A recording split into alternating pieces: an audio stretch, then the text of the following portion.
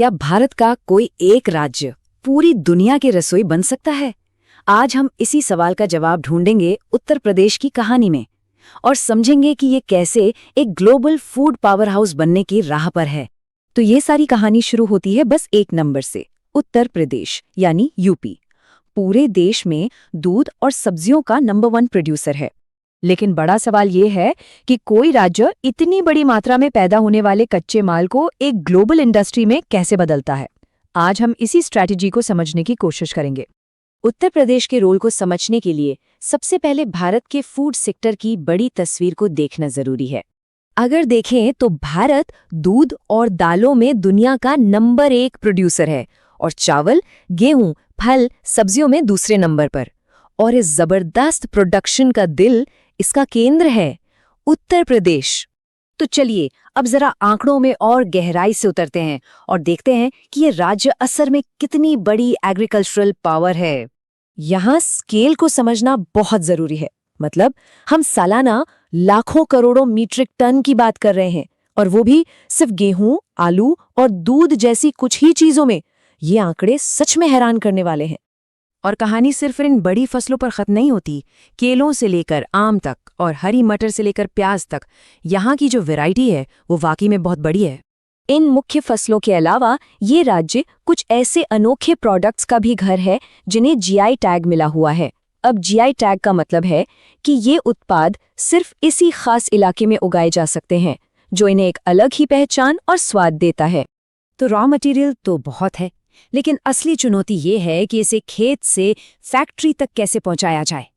चलिए देखते हैं कि ये सिस्टम कैसे बनाया जा रहा है, क्योंकि रिसोर्स होना एक बात है, पर एक एफिशिएंट सिस्टम बनाना बिल्कुल दूसरी।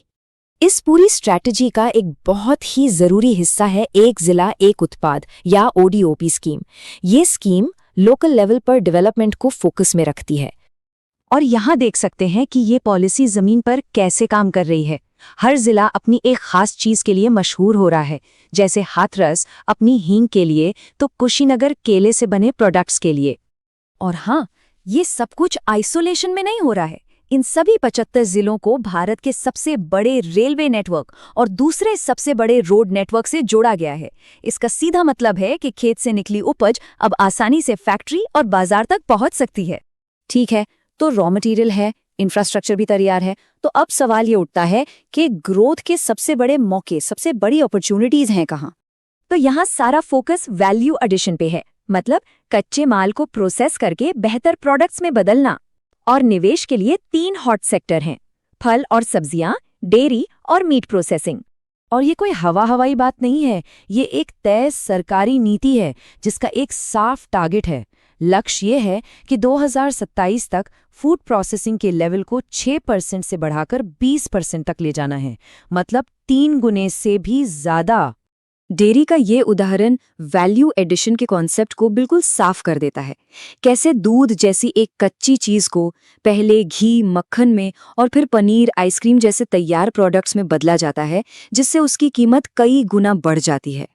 तो अब इस पूरी पजल का आखिरी और सबसे जरूरी टुकड़ा आता है, एक ऐसा बिजनेस फ्रेंडली माहौल बनाना जो बाहर से निवेश को न सिर्फ बुलाए बल्कि यहाँ काम करना भी आसान बनाए।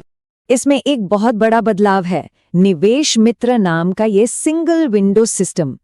पहले जहां हर काम के लिए दर्जनों ऑफिसों के चक्कर काटने पड़ते थे, अब एक ही जगह पर सारे अप्रूवल मिल जाते हैं। मकसद साफ है, लाल फीताशाही को खत्म करना।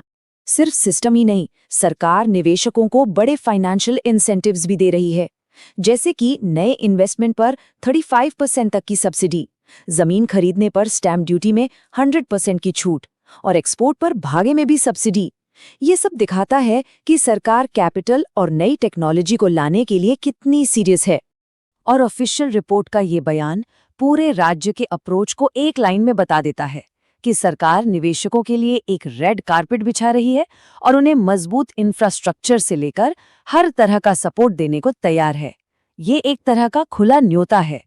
तो जब इतनी बड़ी मात्रा में रिसोर्स हो, एक साफ स्ट्रैटेजी हो और निवेशकों के लिए रेड कार्पेट भी बिछा हो, तो सवाल ये उठता है, क्या उत्तर प्रदेश वाकई में दुनिया के लिए भोजन का भविष्य बना रहा है? हम यहाँ एक बहुत बड़े बदलाव को होते हुए देख रहे हैं। अगर ये सफल होता है तो इसका असर दुनिया भर के फूड सप्लाई चेन्स पर पड़ सकता है।